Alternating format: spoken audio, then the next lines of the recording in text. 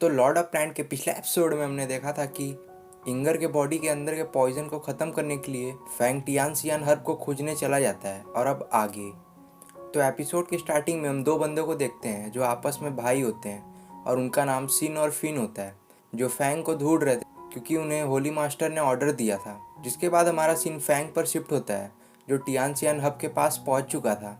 और जैसे उस हब को वो लेने जाता है तभी वहाँ पर बहुत सारे पेड़ के बेलें आ जाती हैं जो उस टियानसियान हर्ब को प्रोटेक्ट कर रही थी, जो फैंग की तरफ बढ़ने लगती हैं। जिसे देख फैंग अपना ब्लड ब्लेड निकाल लेता है और जैसे ही वो अपना ब्लड ब्लेड निकालता है वह पेड़ के बेल उससे दूर हो जाते हैं, जिससे फैंग समझ जाता है कि यह मेरे ब्लड ब्लेड से डर रहे हैं। जिस पर फैंग अपना ब्लड ब्लेड जमीन पर दे मारता है जिससे वह पेड़ की बेलें वहां से चली जाती हैं। लेकिन तभी फैंग पर सिन और फिन अटैक कर देते हैं, पर यहाँ पर फैंग काफी अब पावरफुल हो चुका था और वह सिन को अपने सोल स्किल से उसके बॉडी को कंट्रोल कर लेता है। जिस पर वह ब्लैक सोल भी शॉक हो जाता है और वह बोलता है कि यहाँ पर मैंने सोचा नहीं था फैंग कि तुम इस सोल स्किल को इतना मास्टर कर लोगे। और थोड़ी देर में ही फैंग सिन को जान से मार देता है, जिसे देख उसका बड़ा भाई लिन आता है, पर फैंग उसे अटैक कर पीछे भेज देता है। जिसके बाद हम सेंगाई को देखते हैं जिसने अपना सोल कंट्रोल टेक्निक लिन पर यूज करना स्टार्ट कर दिया था, जिसे फैंग भी समझ जाता है और वह यहाँ पर अपना दिमाग का यूज करता है। जिसमें हम देखते हैं कि फैंग अपने ब्लड ब्लेड को जमीन से बाहर निकाल देता है जिससे बहुत सारे पेड़ की बेलें आती हैं जो लिन को पूरी तरह से कवर कर लेते हैं और लिन उसमें फंस जाता है। जिसका फायदा उठाते हुए फैंग उस टियानसियान हर्ब को लेकर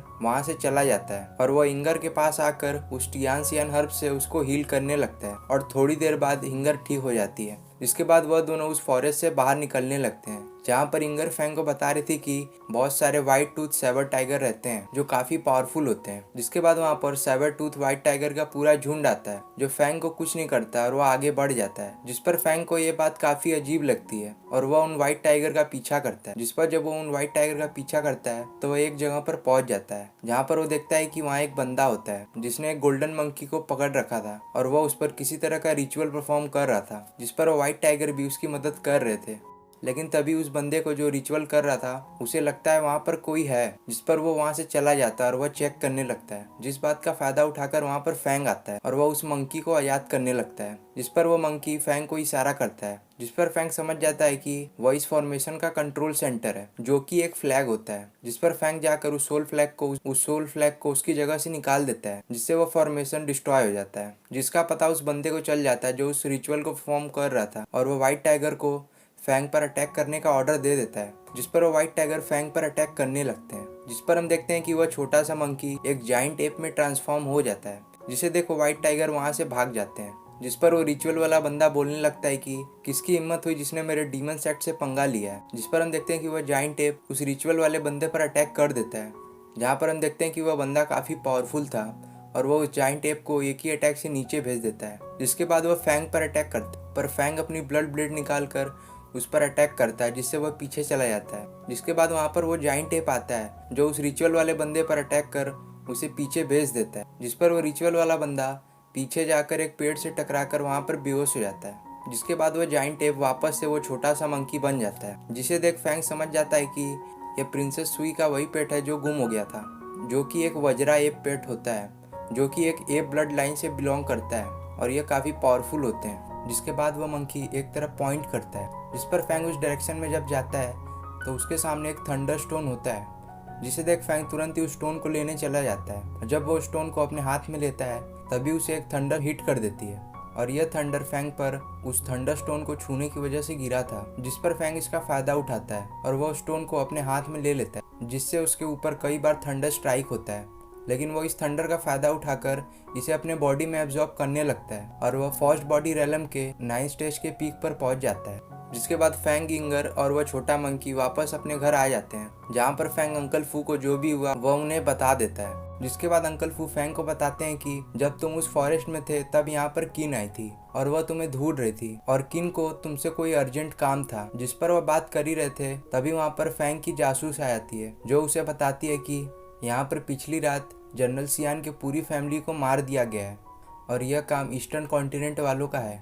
जिस पर फैंग बोलता है ठीक है, तुम उन ईस्टर्न कॉन्टिनेंट वाले लोगों से मेरा एक मीटिंग फिक्स कर दो। जिस पर वह जासूस ठीक है बोलकर वहाँ से चली जाती है। जिसके बाद हम फैंग को एक जगह पर देखते हैं जहाँ पर इंगर और उसका एक दोस्त होता है और वह बातें कर रहे थे। लेकिन तभी वहाँ पर कुछ बंदे आ जाते हैं जो उनके गले पर स्वॉर्ड रख देते हैं जहाँ पर हम देखते हैं कि वहाँ पर ईस्टर्न क्लैन वाले बंदे आए रहते हैं। जिसके बाद उनका हेड जो फैंग पर तलवार रखी हुई थी उससे कहता है कि तुम अपना तलवार हटा लो, और यहाँ पर इस क्लैन लीडर का नाम क्यान होता है। जिसके बाद क्यान फैंग से पूछता है कि क्या तुम यहाँ पर रॉबर्ट के खूनी को जानते हो। और यहाँ पर रॉबर्ट वही बंदा होता है जिसे हमने पिछले एपिसोड में देखा था, जो एक बूढ़ा आदमी था जो जनरल सियान से वह युवांग यांग पील एक्सचेंज कर रहा था। जिस पर फैंग बोलता है कि मैं उसके किलर के बारे में जानता हूँ, पर मैं यहाँ पर उसका नाम बताऊँगा तो मुझे क्या मिलेगा। जिस पर क्यान बोलता है कि वह मेरे लिए बहुत ज़रूरी है, और उसके पास एक युवांग यांग पील भी था। जिस पर फैंग अपनी ब्लड ब्लेड क्यान को देता है, जिसे क्यान जब चेक करता है तो वह बताता है कि यह ब्लड ब्लेड काफ़ी रेयर ट्रेजर है, पर यहाँ पर तुम जैसे जैसे हाई रेलम पे जाते रहोगे वैसे यह ब्लेड तुम्हारे किसी भी काम का नहीं रहेगा, और यह ब्लेड यूज़ करने से जो इसका ओनर होता है उसके सोल पर भी इसका इफ़ेक्ट पड़ता है। जिस पर फैंग बोलता है हाँ, मैं यही तो चाहता हूँ कि तुम इस ब्लेड को और भी पावरफुल बनाओ ताकि मैं इसे फ्यूचर में भी यूज़ कर सकूँ। जिस पर क्यान बोलता है कि इस ब्लेड को और भी पावरफुल करने के लिए मुझे हाई ग्रेड मटेरियल चाहिए। जिस पर फैंग उसे थंडरस्टोन दे देता है, जिसे देख वो शॉक हो जाता है। और फिर उसे फैंग बोलता है कि अगर तुमने इस ब्लेड को और भी पावरफुल बना दिया तो मैं तुम्हें रॉबर्ट के खूनी के साथ साथ वह युवांग यांग पील कहाँ है ये भी बता दूंगा। जिस पर यह डील डन हो जाती है और क्यान अपने आदमियों को लेकर वहाँ से चला जाता है। जिसके बाद हम किन को देखते हैं जो काफ़ी सैड थी और वह बोल रही थी कि यहाँ पर मुझे सब छोड़ के चले गए।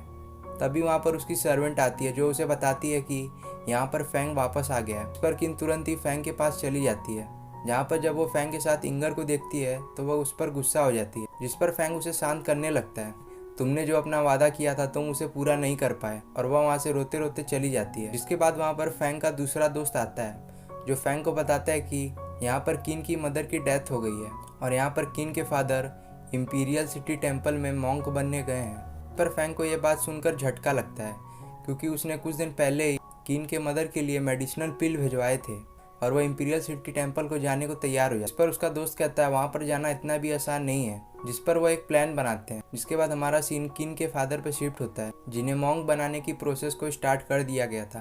पर तभी वहाँ पर एक आदमी आकर उन मॉन्क के हेड को बोलता है कि यहाँ पर फैंग और उसका दोस्त आकर इस टेम्पल के अंदर आने की कोशिश कर रहे हैं। जिस पर वह हेड फैंग के पास जाता है और वह बोलने लगता है कि तुम यहाँ पर अंदर नहीं जा सकते हो। जिस पर वह मॉन्क के हेड बोलते हैं कि मैं यहाँ पर तुम्हारे लिए कुछ नहीं कर सकता क्योंकि यह टेम्पल का रूल है। लेकिन तभी हम देखते हैं कि उस टेम्पल से धुआं बाहर आने लगता है और यह काम फैंग के दूसरे दोस्त ने किया रहता है जैसा उन्होंने प्लान किया था। जिसका फ़ायदा उठाकर फैंग टेम्पल के अंदर चला जाता है और वह किन के फादर को बोलने लगता है कि यहाँ पर किन की मदर ऐसे ही नहीं मर सकती क्योंकि मैंने कुछ दिन पहले ही उनको वो पिल दिया था जिससे उनकी हेल्थ अच्छी होनी चाहिए थी। जिसके किन के फादर परेशान होने लगते हैं, जिससे फैंग समझ जाता है कि यहाँ पर किन के फादर ने ही उसके मदर को मारा है। जिस पर किन के फादर बताने लगते हैं कि यह सब ऑर्डर होली मास्टर का है और मैं उन्हें धोखा नहीं दे सकता। और वो आगे बताते हैं कि मैं गोल्डन ड्रैगन के लिए काम करता हूँ और यहाँ पर होली मास्टर काफ़ी पावरफुल हैं जिनके पावर का तुम अंदाज़ा भी नहीं लगा सकते हो। और वह ये सब बातें फैंग को बता ही रहे थे तभी उनके पीछे से एक तीर आती है जो किन के फादर के बॉडी से आर पार हो जाता है, जिससे किन के फादर काफ़ी घायल हो जाते हैं। और वो अपने लास्ट टाइम में फैंग को कहते हैं कि तुम मेरे स्टडी टेबल पर जाना और तुम यहाँ पर किन का ध्यान रखना। जिसके बाद वह वहीं पे मर जाते हैं। जिसके बाद वहाँ पर किन आती है जो फैंग को अपने मरे हुए फादर के पास देखकर उसे यह लगता है कि यहाँ पर उसके फादर को फैंग ने ही मारा है, जिससे उसे एक झटका लगता है और वह अपनी स्वॉर्ड निकालकर फैंग के बॉडी में स्टैब कर देती है। जिसके बाद वह वहाँ से चली जाती है, जिससे हम देखते हैं कि उसका काफी ब्लड बाहर आने लगता है। जिसके बाद हमारा सीन फैंग पर शिफ्ट होता है जिसने अपना मार्क्स वाला रूप ले लिया रहता है, जो किन के फादर के घर में जाता है और वह उनके स्टडी टेबल को देखने लगता है जैसा किन के फादर ने अपने लास्ट वर्ड में कहा था। और थोड़ी देर ढूंढने के बाद फैंग को वहाँ पर एक सीक्रेट डोर मिल जाता है जिसके अंदर वहाँ पर एक बुक होता है, जिसे फैंग जब बाहर निकाल कर पढ़ता है तो उसके अंदर गोल्डन गार्ड के बारे में लिखा रहता है। और जब वो उस सीक्रेट डोर में आगे चेक करता है तो उसके अंदर एक ट्राइपॉड ट्रेजर होता है, जिसे देख वह ब्लैक सोल उसके बॉडी से बाहर आता है और वह बोलता है कि अब तुम्हारे पास सारे सामान हो गए जो तुम्हें डिवाइन बॉडी टेक्निक सीखने के लिए चाह रहे थे।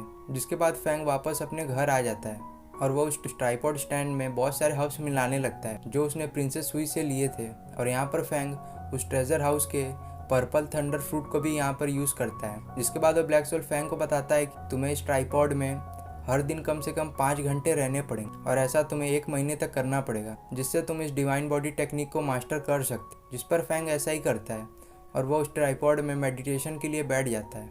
जिस पर जब वो थोड़ी देर वहाँ पर मेडिटेशन करता है तो उसके बॉडी से बहुत ही पावरफुल ऑरा निकलता है। और यहाँ पे हमारा ये एपिसोड ख़त्म हो जाता है और इसका नेक्स्ट एपिसोड मैं बहुत ही जल्द अपलोड करूँगा।